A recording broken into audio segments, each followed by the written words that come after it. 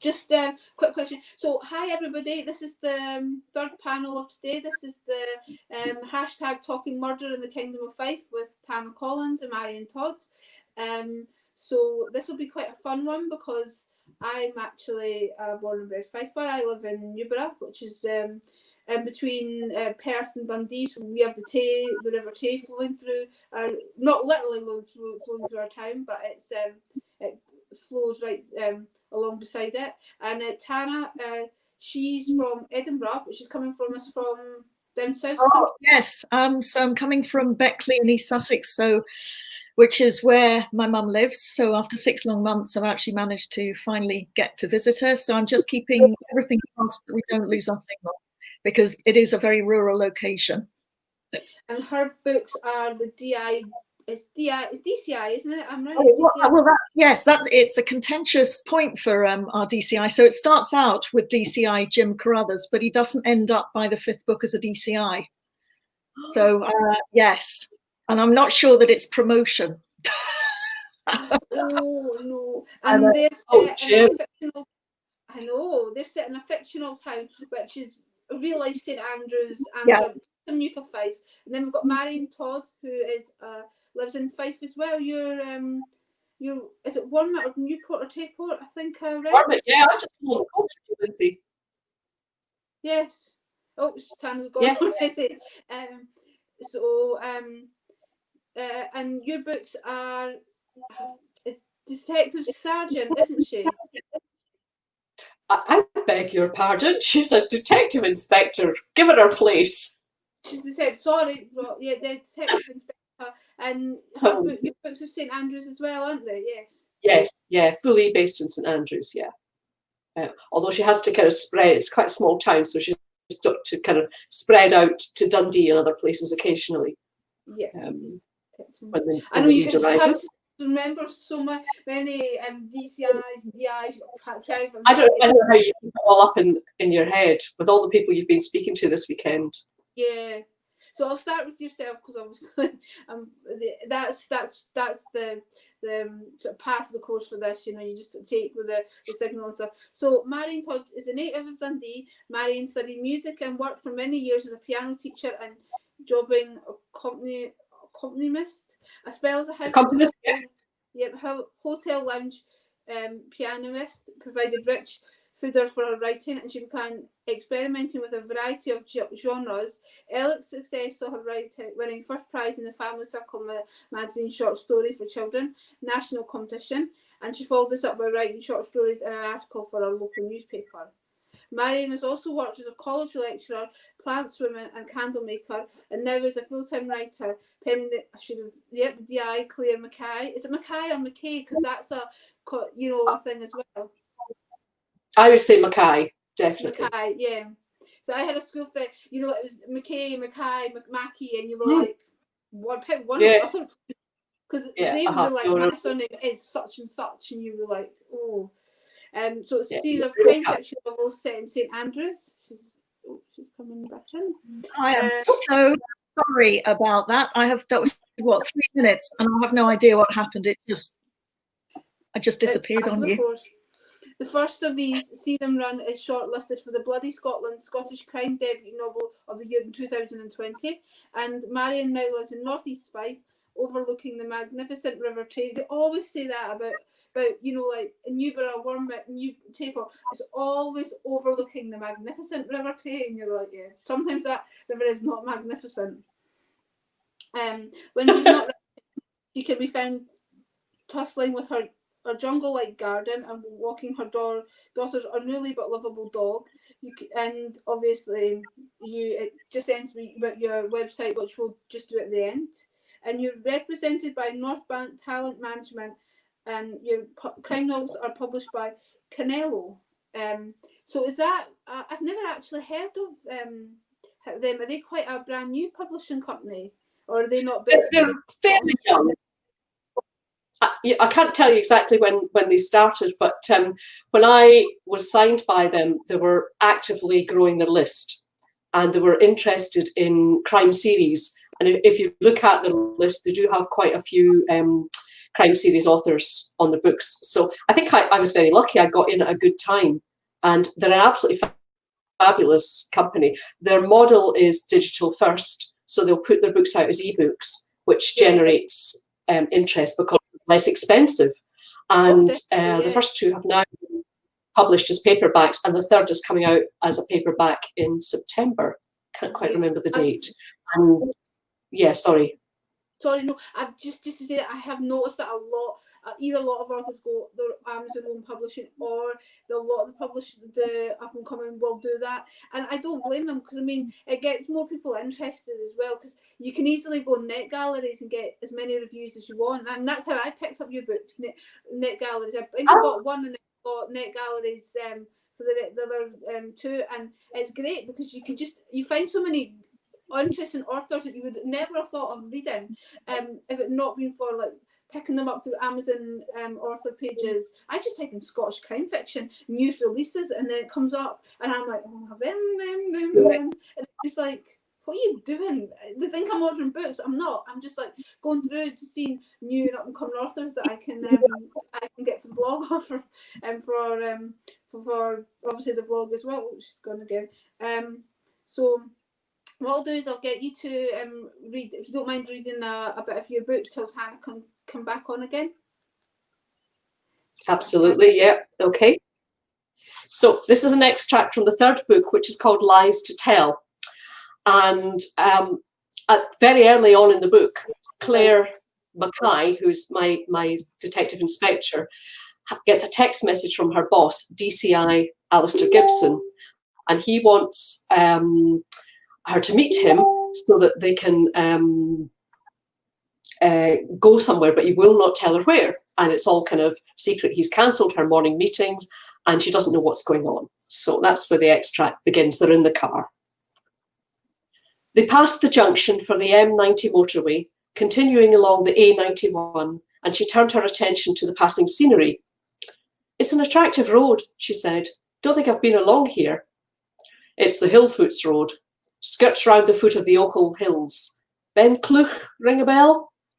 Claire frowned. Maybe. I've been up a few hills, but I honestly can't remember. He laughed. You weren't navigating then. I just make the sandwiches and trail along behind. They drove on for a few miles, then the DCI took a right, leaving the main road. He slowed down as they bumped along a forest track. Sorry, suspension's not great on this thing, he said. But Claire wasn't listening. She was looking round to see where they were going. The trees bordering the track were dense, and their route curved round, hiding the main road completely. They drove on for what Claire estimated must have been a mile or so through thick forest, until suddenly the trees cleared. She stared as they approached a high concrete wall which sloped outwards from the ground up. It looked to be at least 20 feet high, with an overhang that would make it difficult to climb. It was topped by a circular metal tube. Claire studied this. Why would anyone build a wall and top it with such a thing? And then it dawned on her. The tube was there to prevent anyone using a grappling hook to scale the wall. A knot was forming in her stomach. What was this place? And why the hell had they come? A steel gate set into the high wall was opened, and they drove through into a yard where another high wall faced them. What the hell is this? Claire said, her voice low. This, the DCI said, does not exist. She looked at him, but he said no more. A uniformed officer in a Kevlar vest waved them over to the side, and the DCI parked where the officer indicated. Best leave your phones in the car, the DCI advised. They'll only take them away. Bag too, he added. She stared at him. What if there's an emergency? This takes priority. Oh, and bring your ID badge. They stepped out of the car, and the DCI handed the keys to the uniformed officer. He led them over to a gate built into the second concrete wall. As they walked, Claire took it all in. She could see little above the outer wall except tall evergreen trees, but there was no mistaking the cameras. So numerous, they must be covering every inch of this yard and the walls surrounding it. As the gate was opened, their badges were scanned by a female officer. Shoes, please, the officer asked. Claire flicked a glance at the DCI, but he was already unlacing his brogues. She stepped obediently out of her own black mules and handed them over. The shoes were put through a scanner, then handed back to them. "This way," the officer said, indicating an airport-style security gate. Claire went through first, and a buzzer sounded. "Over here," the officer directed, and she proceeded to scan Claire with paddles. Her wristwatch was found to be the offending item, and they moved on through another security door. A long corridor seemed to slope gently downwards, but the absence of windows made it difficult to be sure. Motion sensor lights flicked on as they walked along, and the occasional flash from small red lights told Claire there were more cameras, probably sunk into the ceiling. Finally, they stood before a heavy oak door with a digital keypad. The female officer tapped in a number and stood back to let them enter. Then she closed the door behind them, leaving them in a windowless room. Ta-da. Ooh, sounds interesting. So while Tana's still in our little chat room, I'll start with Tana. So Tana Collins is now a UK Amazon top 10 best-selling author of the Inspector Jim Crothers series set in the picturesque East Nuke of Fife. She was born in Yorkshire but grew up in rural East Sussex, where she spent most of her childhood running around in woods creating stories and having adventures. She did a BA at the Polytechnic of North London before moving to Canada to do a Master's in Philosophy, and then finally a MPhil at St Andrews, which I'm assuming it is MPhil. That's not a spelling mistake. Oh, it's gone. I'll just keep it. In 1996, she moved to Edinburgh, which is where she still lives. Her debut novel, Robin the Dead, set in fictional Castletown in Fife.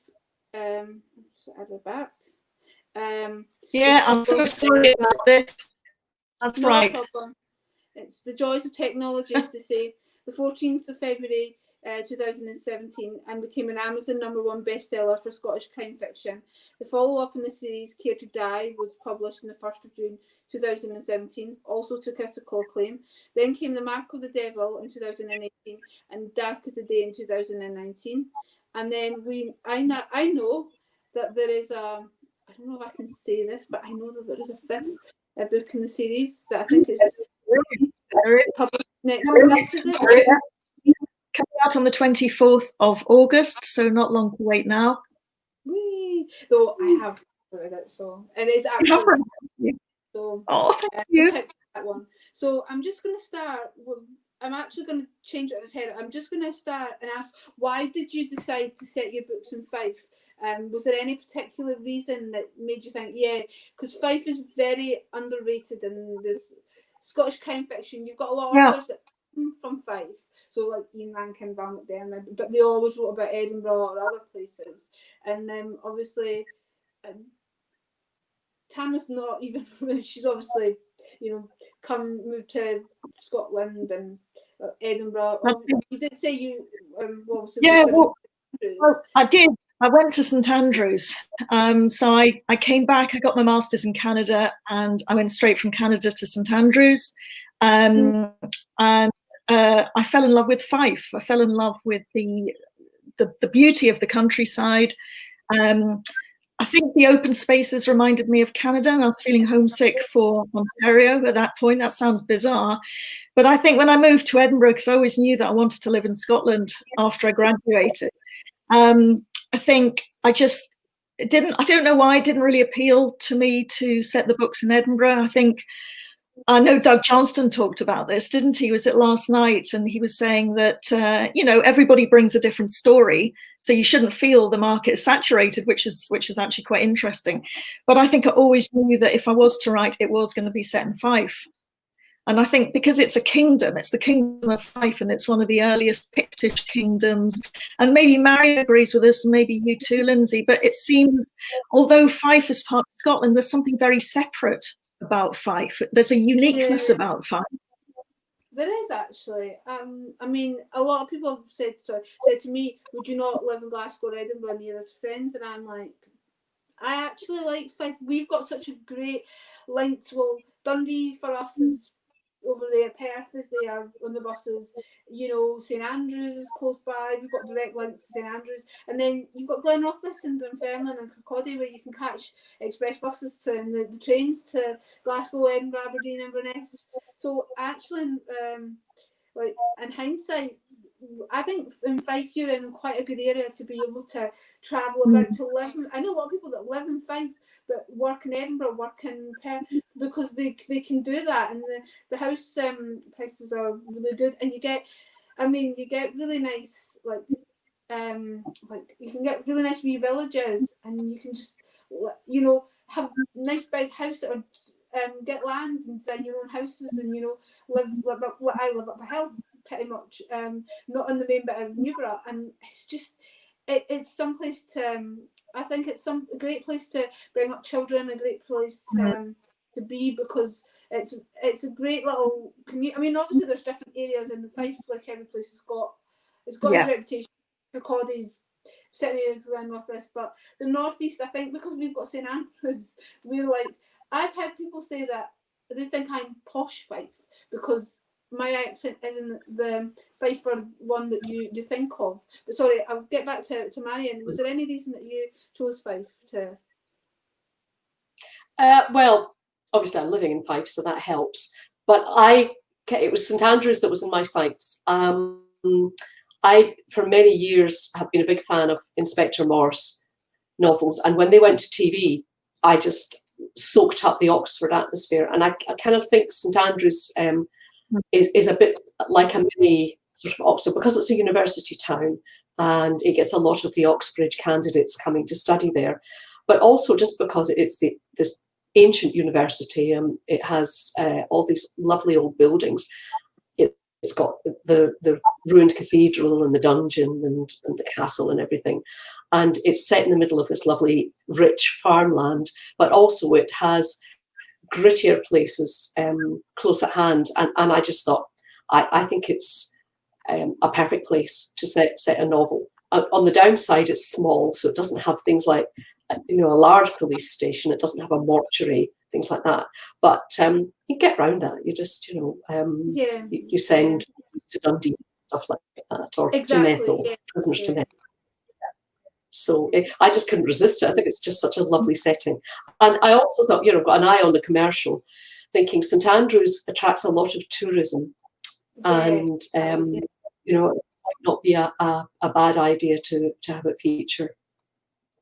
Exactly, and it's also a niche as well, because so many places in Scottish crime fiction are, I wouldn't say done to death, but they now have to start taking away from police procedures, and they now are like private investigators or news reporters, because Glasgow and Edinburgh have been done so much that now they need to find another niche. Whereas Fife, you can, because basically it's a book set in Fife. There's probably only yourself, Tana, and I think Frank Muir, who was meant to be on the panel, but could make it. TF Andrews.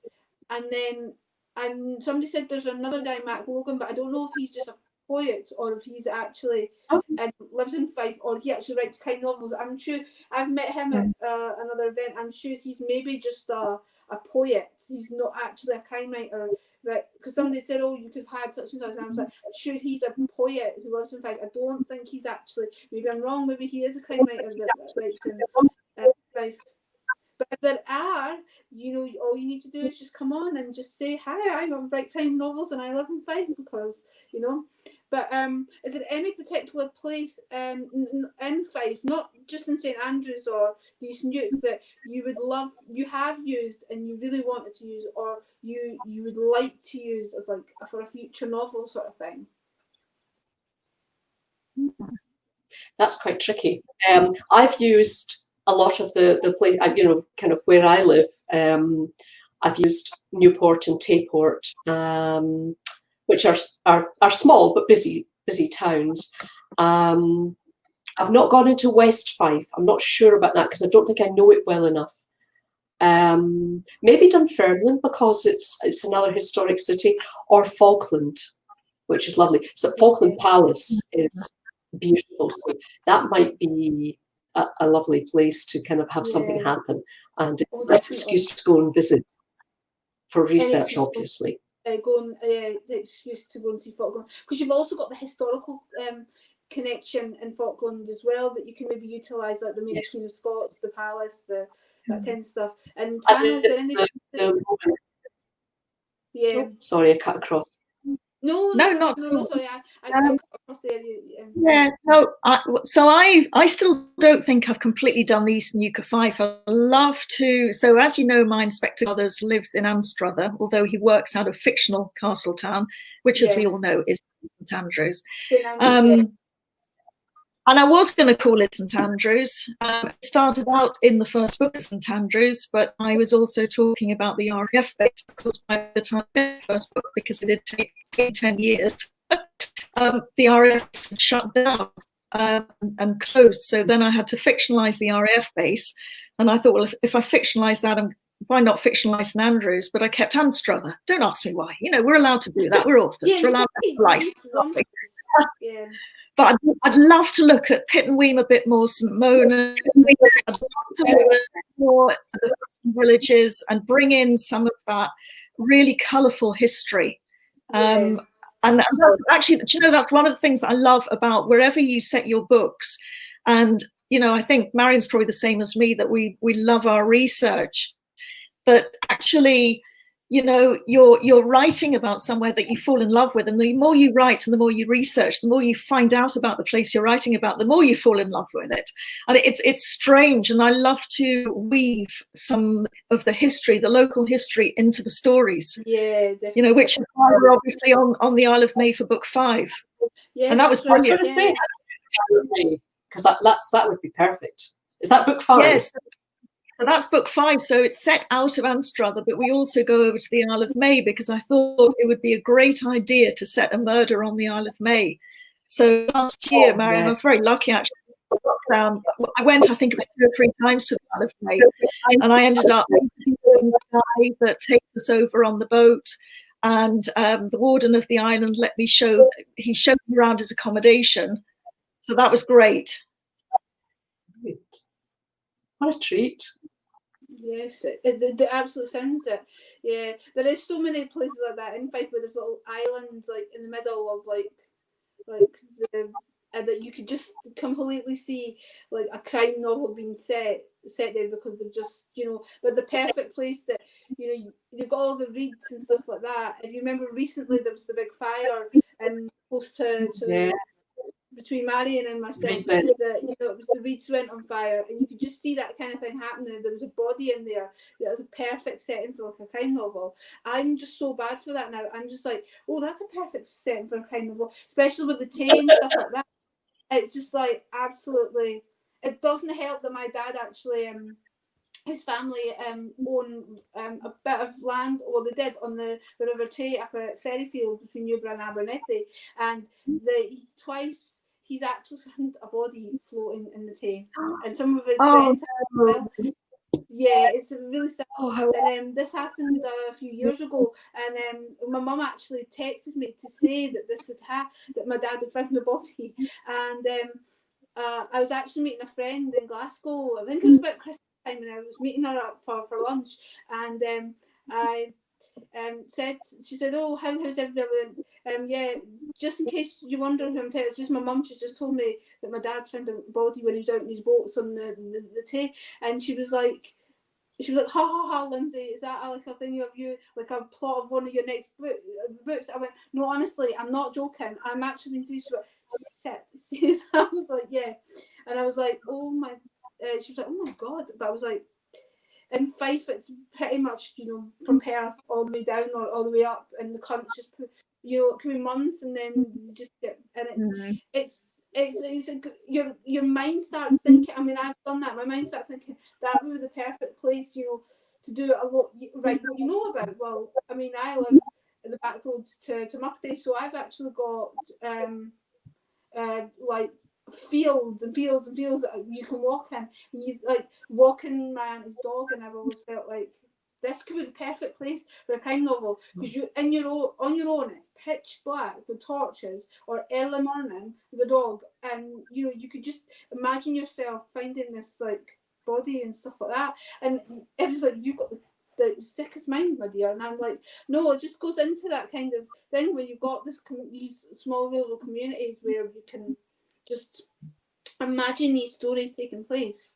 So I get back to the so I'll get Tana now to read a bit of her book, if she doesn't mind. I'm going to rattle through this just in case we lose me again. Yeah. So I'm not really, no. I mean, if I get lost, I get lost. No, that's an awful thing to say. So yeah, so it's set on a dark brooding island, lots of history with the Isle of May, and about 8 or 9 months a year, it's uninhabited. The only people who now live on the Isle of May, it's a warden and the warden's volunteers. And there's also about 100,000 seabirds. So I think it's a perfect setting. So I'm going to read briefly from the prologue and the start of chapter 1. Tom Ramsay lies on his back on a grassy verge. As he stares up at the blue sky, frothy bubbles of blood ran down the side of his mouth. The noise of the seabirds all around him are deafening. Deep guttural grunts of people cooing guillemots. The sky is a swirling black mass of birds. The hysterical cries grow louder and louder. They constantly launch themselves from the rocks. He feels the sharp, painful cuts of his wounds. His body is cold, and he shivers. The slim yellow bill and dark eye of a kittiwake come into view as it flies low over his body and lands on a rock. The high nasal sound of the gull mocks as he lies, body battered, clothes ripped to shreds. Above the cry of the seabirds, Tom hears the boat being dragged to the water's edge. He tries to call out as the chug of the motorboat roars into life, but he knows that with every passing second, his assailant is putting more and more distance between them until the boat will be so far out in the Firth of Forth that the small island will be no more than a distant speck. At that moment, Tom realizes he's been left to die alone with only the company of 150,000 birds. His last thought is the hope that the engine revs from the boat won't frighten the nesting seabirds. Short of chapter 1. It's Monday, 10 a.m. D.I. Jim Carruthers sighed as he switched on his computer.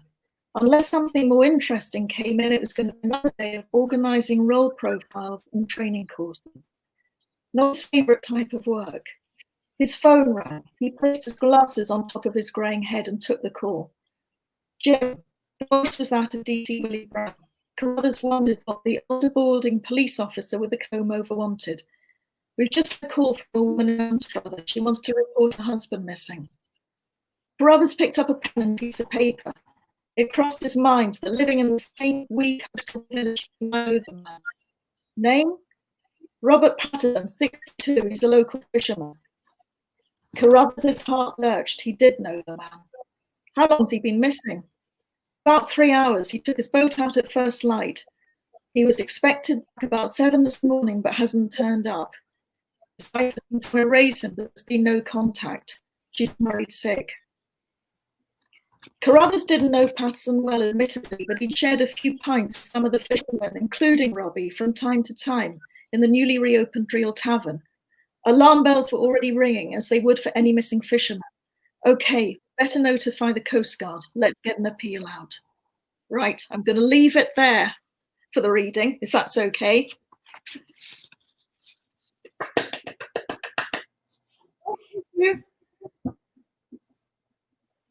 Oh, you're muted, Lynsey.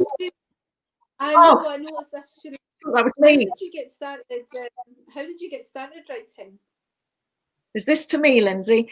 So, both of you, I mean, yeah, shall I answer while I've still got a connection? All right, Marion. So, I was always a reader. I was brought up on Enid Blyton, again, Famous Five, Secret Seven. So I think I was always interested in the series.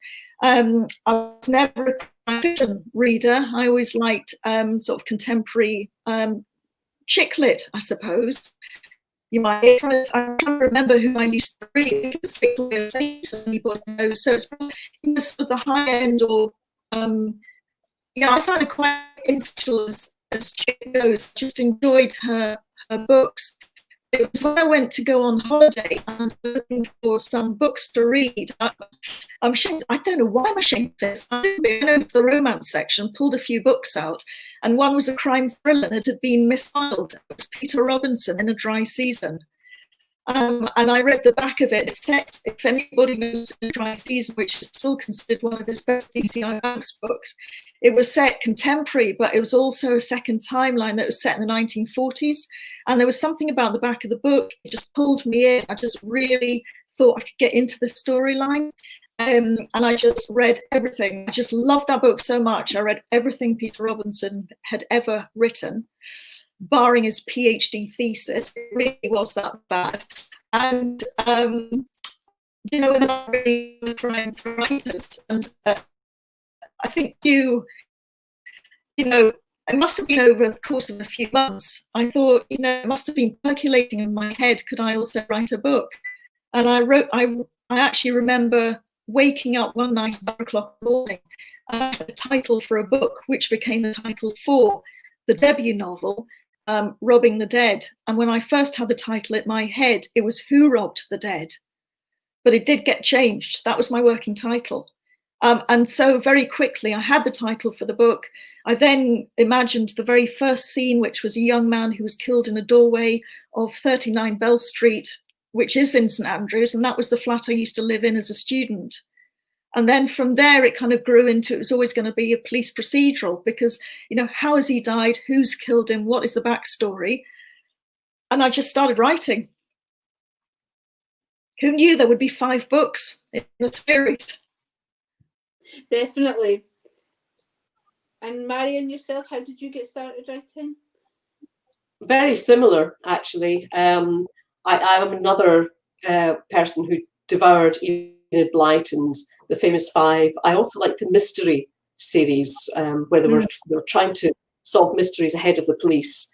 And from that, I graduated on to Agatha Christie, because I had an Auntie Jean, which is the law in Scotland. Everybody has to have an Auntie Jean. And she collected Agatha Christie, and I now have her collection of all of the books. I inherited them when she died. But when I used to go and stay with her at holidays, I would read another couple of books, and every time I went through, I would read some more.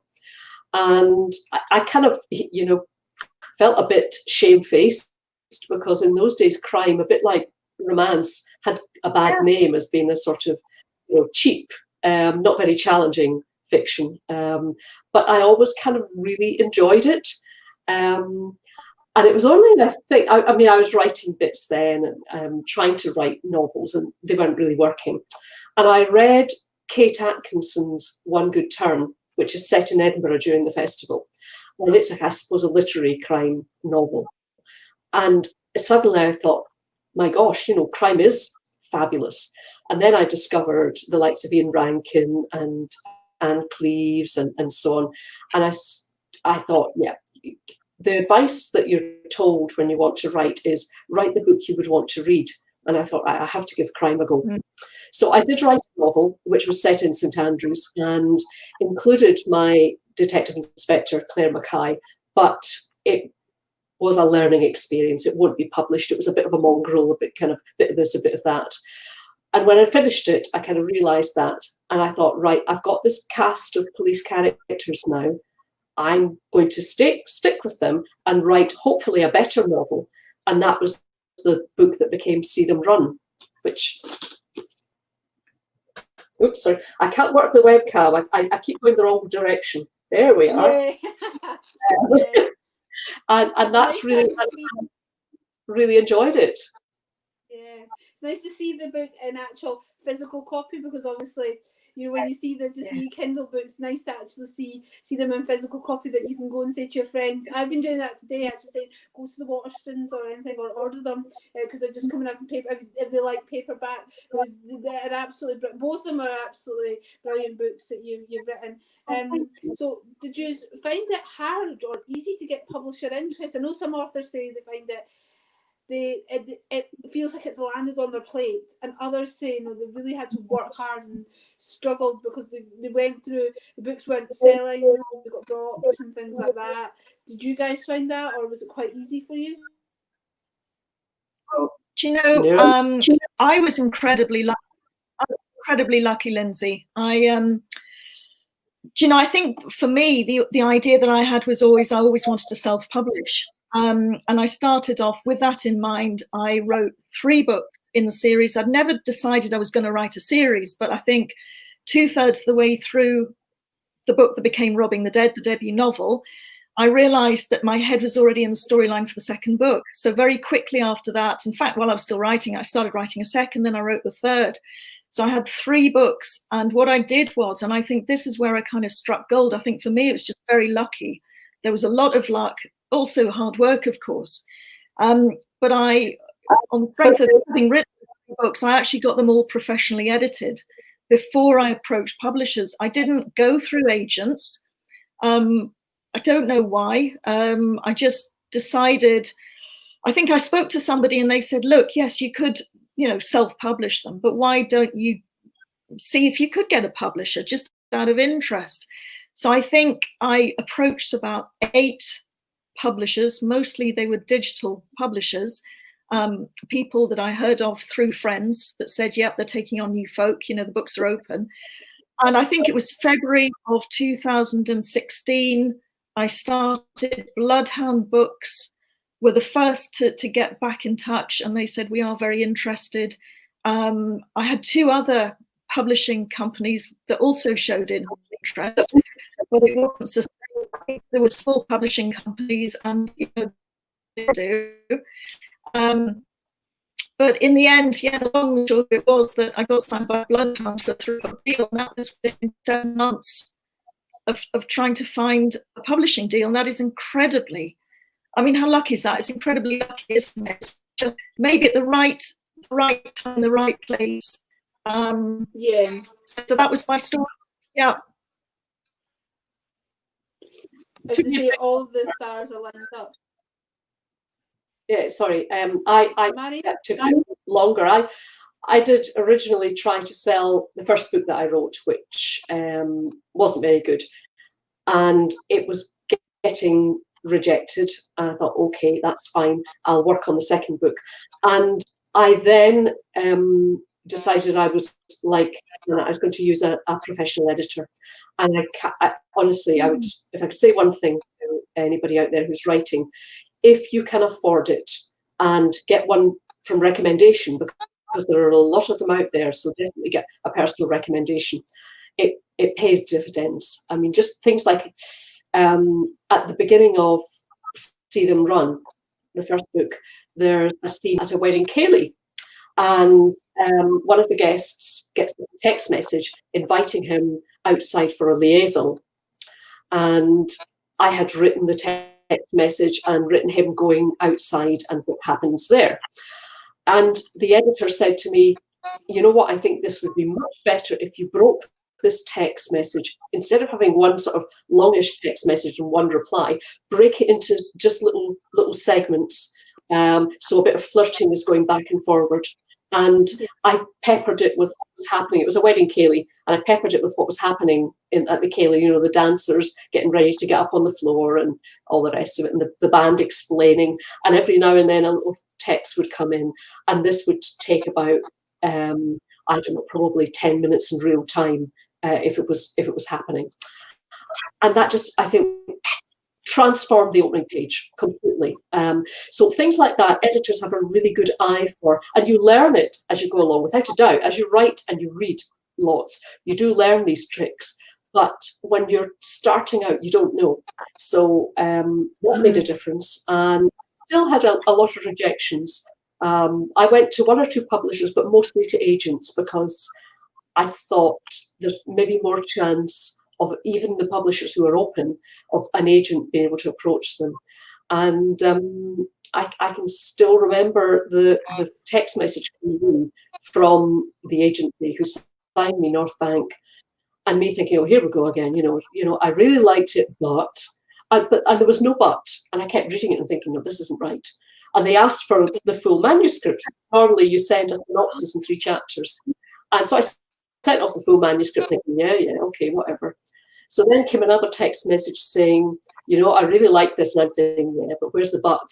And the but never came. And the message said, look, could we talk on the phone next week? And I thought, okay. So, then from there, I signed with them. It probably took about 2 months to get the contract, actually.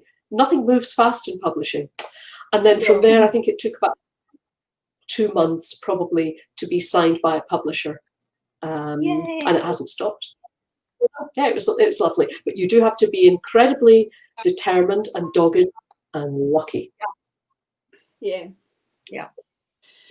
Not give up, as you said. I mean, that's do not give up. But then, you know, if you're constantly getting rejections, you need to step back and think, right, why is this? Is it that, you know, there's no market? Sometimes you'll be very lucky and a person will respond and tell you why they haven't, you know, sometimes they'll say, I really like it, but I've actually just signed a book like this. Other times you just have to second guess it, and that's where a professional editor is worth their weight in gold. Yeah, definitely. I'm just going to ask about research. I'm going to start with Tana just because we've still got her. So for your latest novel, what kind of research do you have to do? Now, this is quite interesting because on the last panel I had Jackie McLean, and Jackie told me to ask you about the Isle of May, some trip that you were all meant to make. Yeah, so the book 5 is partly dedicated to Jackie McLean and partly dedicated to Jackie Collins, Dr. Noir, because she's so inspiring.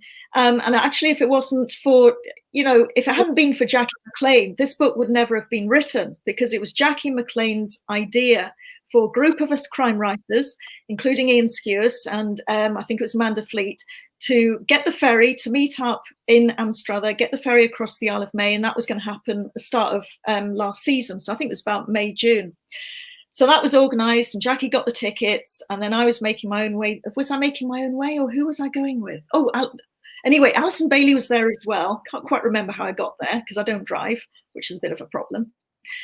And then horror struck on the M8 for Jackie McLean. Their car broke down.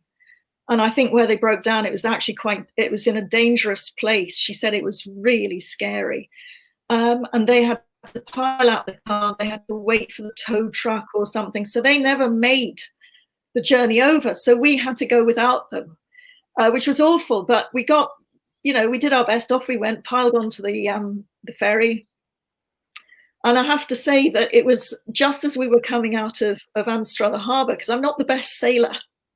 And it was lovely and calm. And as soon as we got out of Anstruther Harbour, it was like this. And you could see these enormous breaking waves coming over the boat. And I thought, oh, my God, I've got about an hour of this on the boat.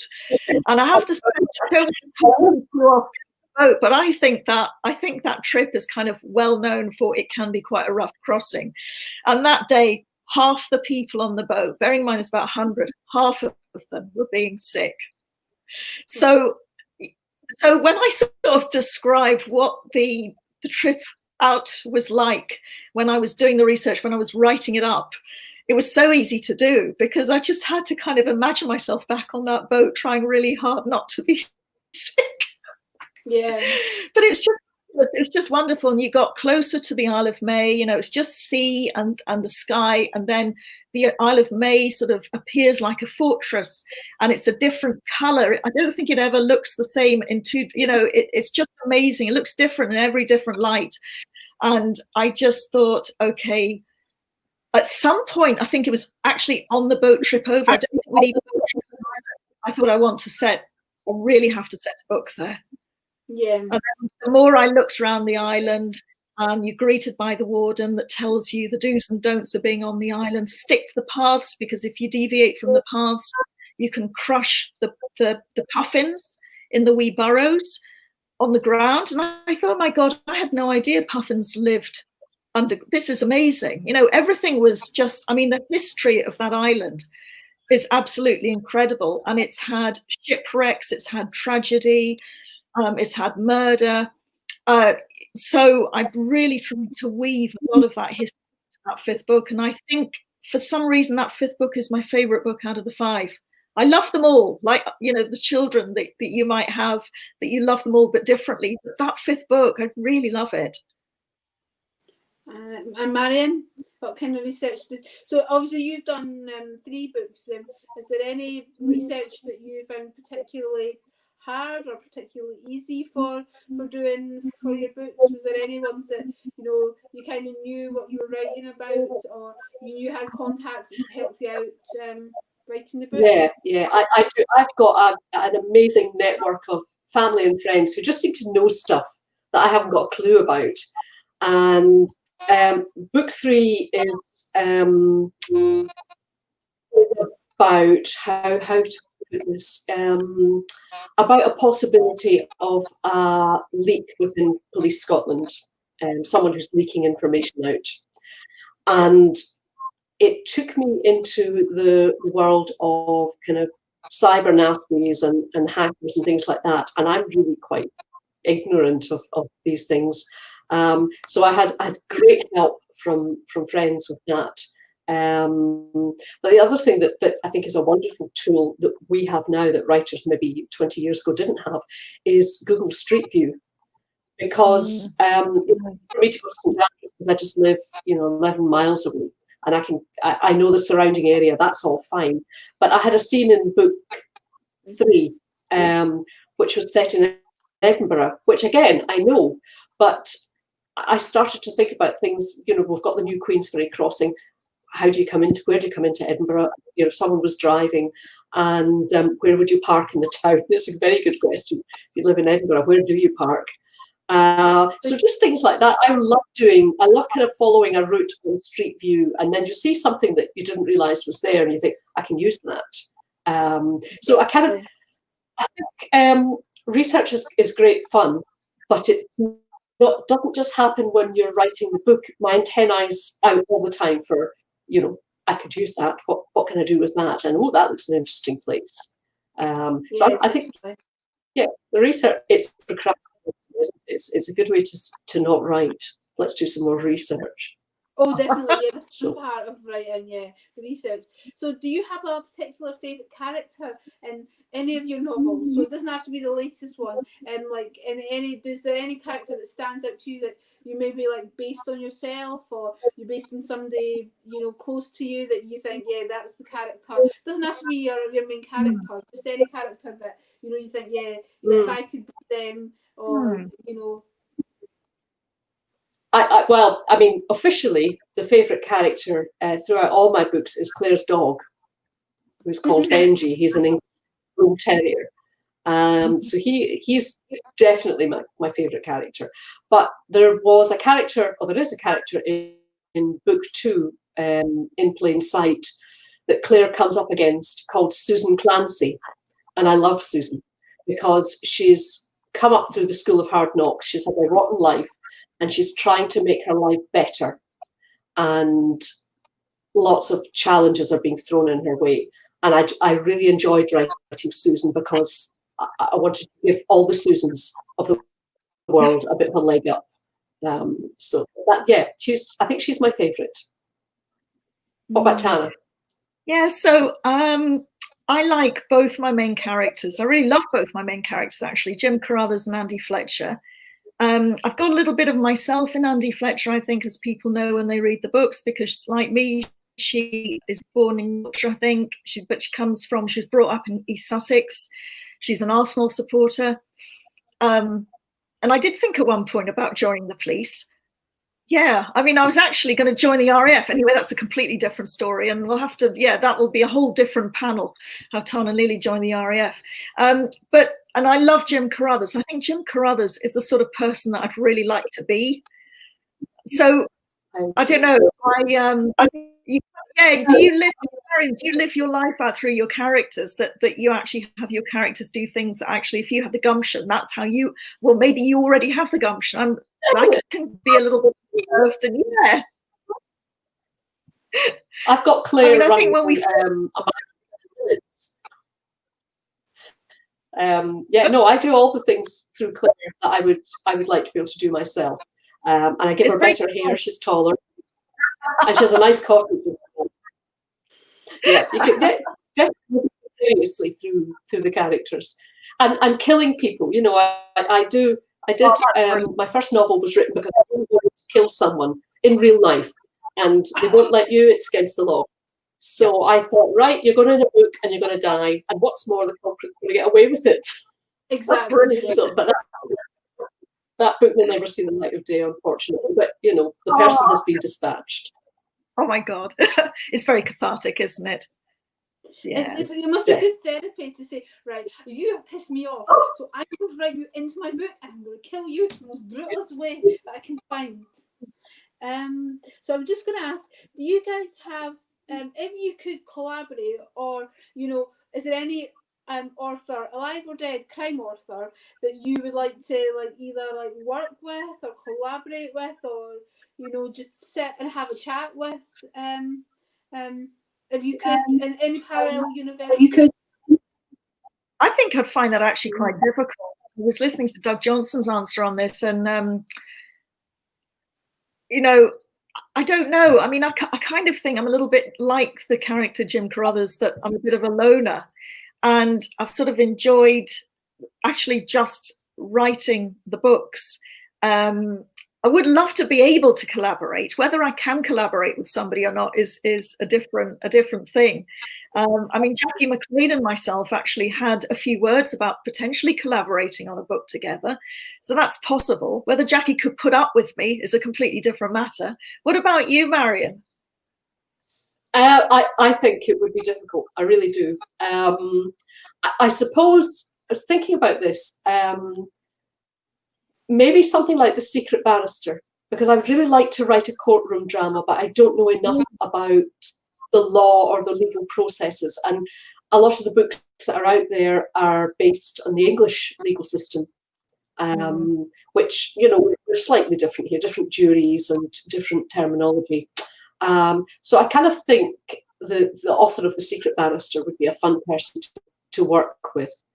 But I'm so selfish about how I want things to be, and I can't imagine working with someone else who says, let's do this, and I think no, that's not right.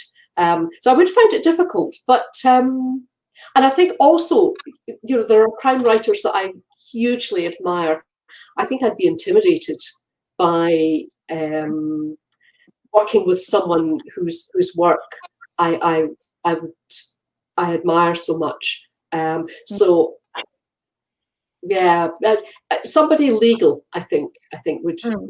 I'll tell you, I recently read The Prison Doctor, which is a non-fiction account of a doctor who worked in the prison system over the years, a women's prison, and I think that would be quite good fun. I'd quite like to know a bit more about prisons and maybe write a prison novel.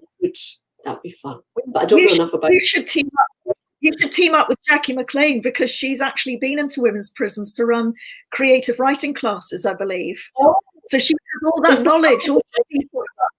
She's just incredible. Yeah. Oh, her story about the pellets was the bullets was quite funny as well. She's got some amazing. You know, I was.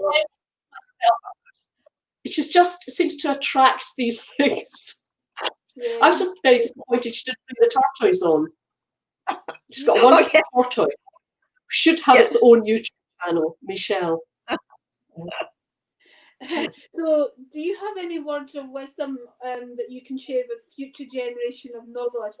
Yeah, I know a lot of people during lockdown have obviously decided, you know, the dream plan was to write a book, and they thought, well, if I'm not, you know, this is the perfect time to do it. So, do you have any? It doesn't have to be a crime novelist, just maybe a couple of words. Well, I think Marion and I both agree that if you can afford an editing service when you're starting out, it really, I mean, I totally agree with Marion. It does pay absolute dividends. And I'm pretty sure I wouldn't have got my publishing deal if I hadn't had those books professionally edited, because I had a wonderful, wonderful editor, Gail Williams. She writes under G.P. Williams, so she's also a writer. And she was just so spot on with a lot of things. Not everything, but she got over. I mean, she did help make me a better writer, as did Alan Guthrie, the Scottish writer and editor and agent, I think, multi-talented, because he looked at my writing when I was first starting out, and he was just brutal. And I actually think brutal is what you need to be able to grow. But that brings me to the other point, that you do meet writers when they're starting out, and they say, it's quite difficult to say no, isn't it, Marion? You know, oh, would you look at this book for me, or would you look at the first chapter? And I think we can all grow as writers. You know, if you write a first book or a first draft, often it's not going to be that good. And you do need help. And I think you need to accept that it's a steep learning curve. Put the work in, be prepared to put the work in, and be prepared to accept that you're not going to be good at everything, but you can learn. So, for example, my dialogue was dreadful when I first started. Alan Guthrie, red pen, you're not going to get this published. And over the course of 2 years, I kept going back. It was brilliant. He got his time for free. You know, for an hour, I just took him out for a cup of tea. And the next year, I'd taken on board all the things he said. I was expecting him to say, that is brilliant. And he looked at it and he went, no, still wouldn't get published. And I just kept going back. And the next year, when the Edinburgh Fest, honestly, I was a nightmare. I think he probably said at some point, it's really good now, Tana, just to get rid of Rid of you.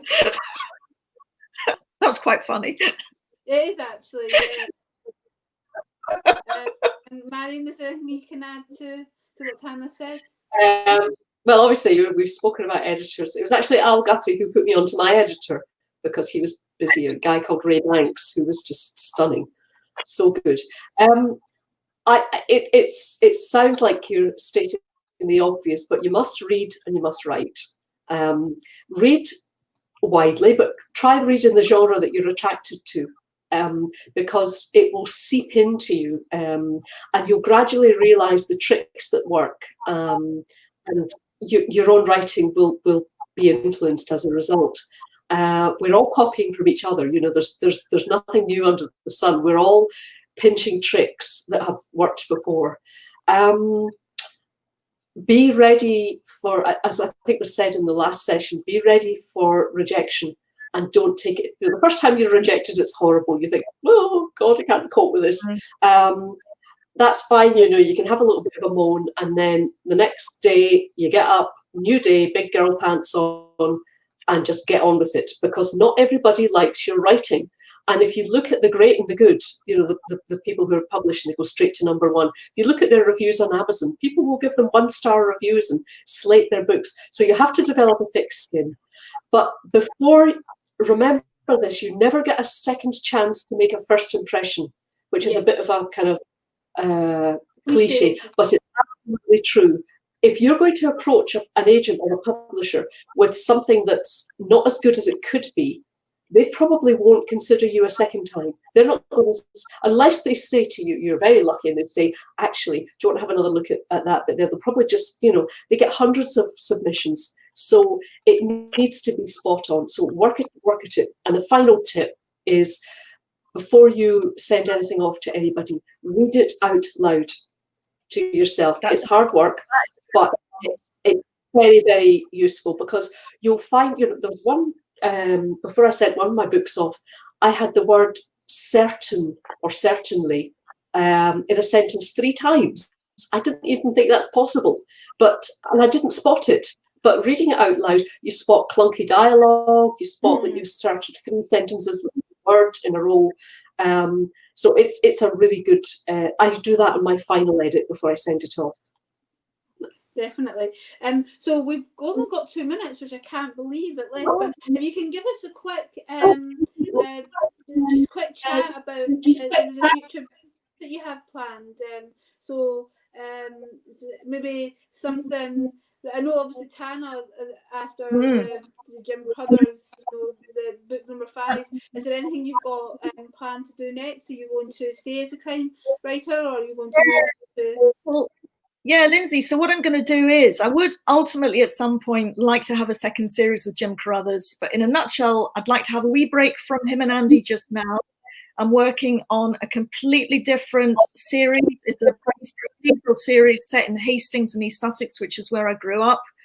And it's featuring a very strong female lead, which is going to be very different for me, called DC Leona Campbell, and her heritage is from Guyana. So let's see how that works out.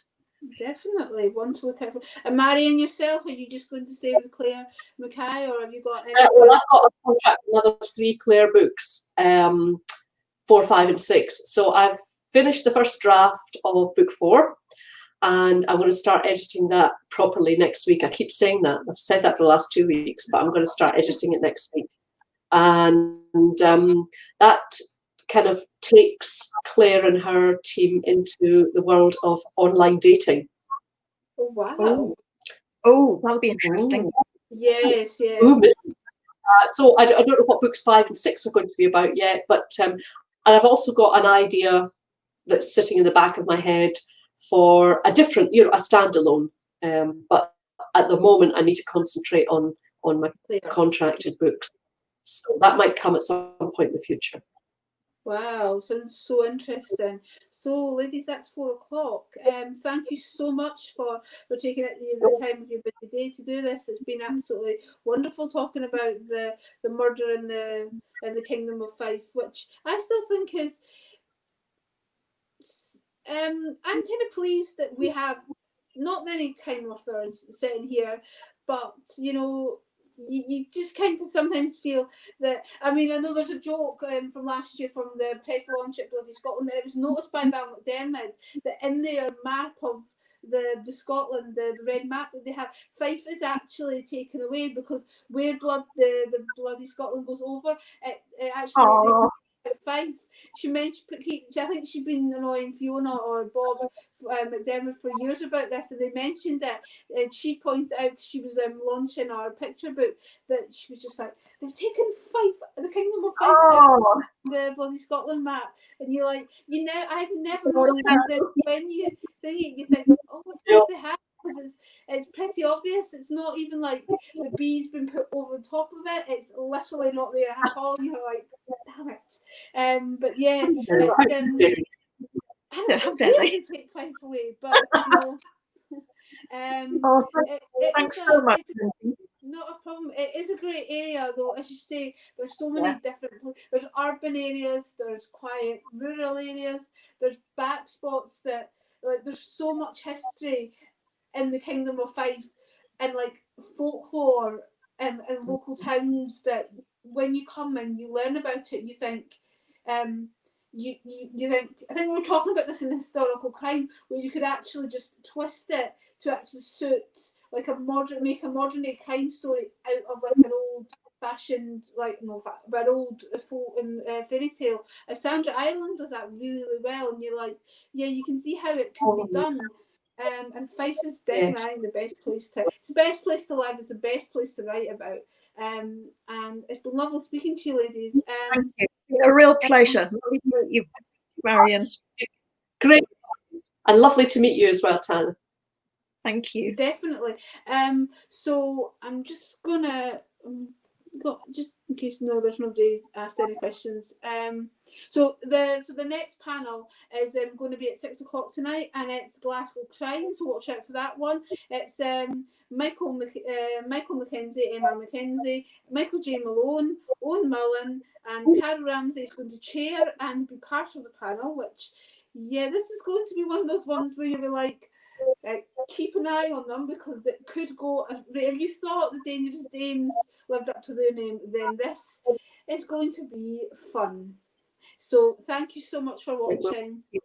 Thank you very much.